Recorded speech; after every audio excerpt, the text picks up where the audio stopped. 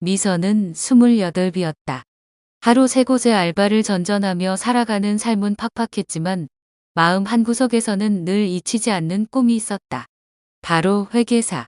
어릴 때부터 숫자를 좋아했고 문제만 풀면 선생님이 너는 꼭 성공할 거다라며 칭찬을 아끼지 않았지만 가난은 그녀의 꿈을 가로막았다. 지금은 생계를 유지하는 것만으로도 벅찼고 꿈은 마음속 깊은 곳에 접어둔 채 살아가고 있었다. 그러던 어느 날 카페 문을 열고 성훈이 들어왔다. 단정한 셔츠와 반듯한 태도, 무엇보다 사람을 바라볼 때의 따뜻한 눈빛이 인상적이었다. 그는 처음엔 그저 손님이었지만 매일 같은 시간에 찾아와 조용히 미선을 살폈다.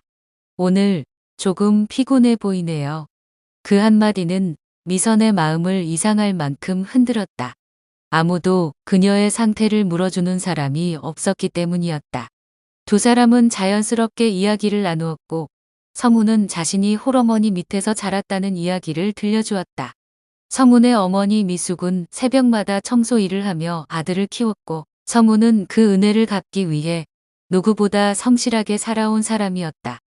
미선도 자신의 가난한 성장사와 마음속에만 묻어두었던 회계사 꿈을 꺼내놓았다. 서로의 상처를 이해한 두 사람은 빠르게 가까워졌고 결국 1년 후 조용한 결혼식을 올렸다. 그러나 결혼과 동시에 그림자가 드리워졌다. 성훈의 어머니 미숙은 며느리에 대한 기대가 높았다. 우리 성훈이가 얼마나 아까운 줄 알아? 그녀의 말에는 늘 보이지 않는 가시가 있었다. 손이 참 거칠네. 평생 힘들게 산 티가 난다. 말은 부드럽지만 그 속뜻은 명확했다.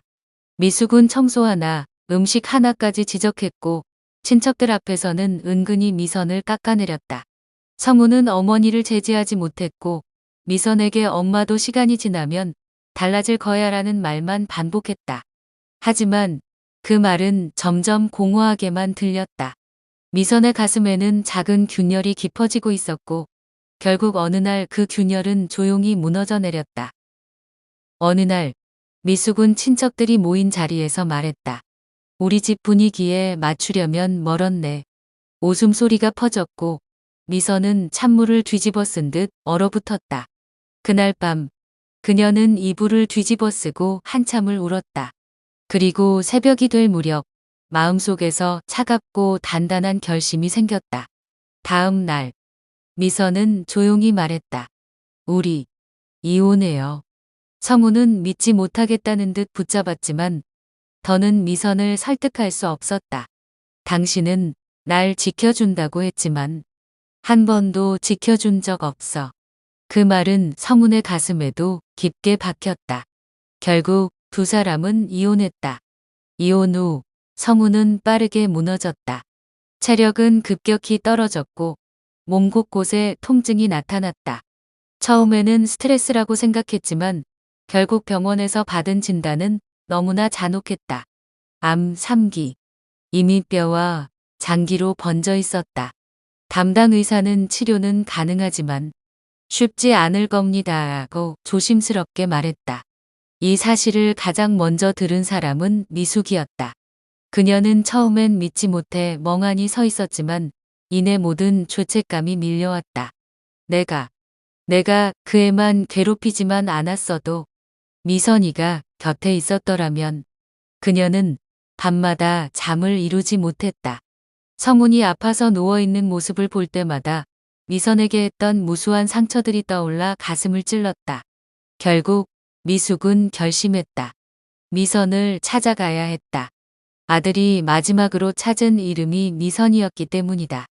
어느 겨울 저녁 미선이 운영하는 회계사 사무실 문이 조용히 열렸다. 그곳에 선 사람은 예전과 완전히 달라진 모습의 미숙이었다. 미선아. 목소리는 떨리고 눈은 이미 젖어 있었다. 우리 성훈이가 암이야. 많이 아파. 그리고 그녀는 손으로 얼굴을 가리고 울음을 터뜨렸다. 매일 내 이름만 불러. 마지막으로 너라도 보고 싶다고. 미선은 말을 잃었다. 가슴 깊은 곳에서 오래 묻어두었던 감정이 터지는 듯했다. 성훈에 대한 마음이 완전히 사라진 것이 아니었다. 미숙은 무릎까지 꿇으며 떨리는 목소리로 말했다. 부탁이다. 한 번만 만나줘. 며칠 뒤 미선은 결국 병원을 찾았다. 병실 문을 열자 수척해진 성훈이 누워 있었다. 예전의 당당한 모습은 사라지고 마치 힘없이 흔들리는 그림자 같았다. 그러나 미선을 보자마자 그의 눈빛이 조금 흔들렸다. 미선아. 그 말 한마디에 미선은 눈물을 쏟았다. 왜 혼자 아팠어요? 왜 아무 말도 안 했어요? 성우는 미약한 목소리로 말했다. 너한테 짐이 되고 싶지 않았어. 그래도 보고 싶었다. 그날 이후 미선은 병실에 거의 매일 머물렀다. 식사를 챙기고 항암 치료로 고통스러워하는 성훈을 달랬다. 밤중에 토하고 숨을 가쁘게 몰아쉴 때도 손을 꼭 잡아주었다. 미선아, 너무 아파. 나 그냥. 그럴 때마다 미선은 눈물을 닦으며 말했다. 아니에요. 이겨내요. 나는 여기 있어요. 미숙도 그런 둘을 보며 매일 눈물을 흘렸다. 미선아, 내가 잘못했어. 정말 잘못했어. 너 같은 애를 왜 그렇게. 미선은 조용히 고개를 끄덕였다. 어머니, 지금은 성훈 씨가 먼저예요. 시간이 흐르자 치료 효과가 서서히 나타나기 시작했다. 종양이 줄어들기 시작했고 각종 수치가 안정되었다. 의사들은 놀라면서 말했다. 보호자분의 헌신이 환자를 살렸습니다. 정말 드문 경우예요. 미숙은 미선의 손을 붙잡고 말했다. 너는 우리 집을 구한 아이야. 이제는 정말 내 딸이다. 그리고 마침내 수개월간의 사투 끝에 성우는 완치 판정을 받았다. 퇴원하는 날 성우는 미선을 꼭 끌어안았다. 미선아, 나 다시 살았어. 내 덕분이야. 다시는 놓지 않을게. 미선도 그를 끌어안으며 울었다. 그래요. 우리 다시 시작해요. 퇴원 후 성우는 건강을 회복하기 위해 재활에 전념했고 몸이 조금씩 좋아지자 경영 컨설턴트 회사에 복귀했다. 미선의 회계사 사무실도 점점 성장해 직원까지 둘 정도로 늘어났다.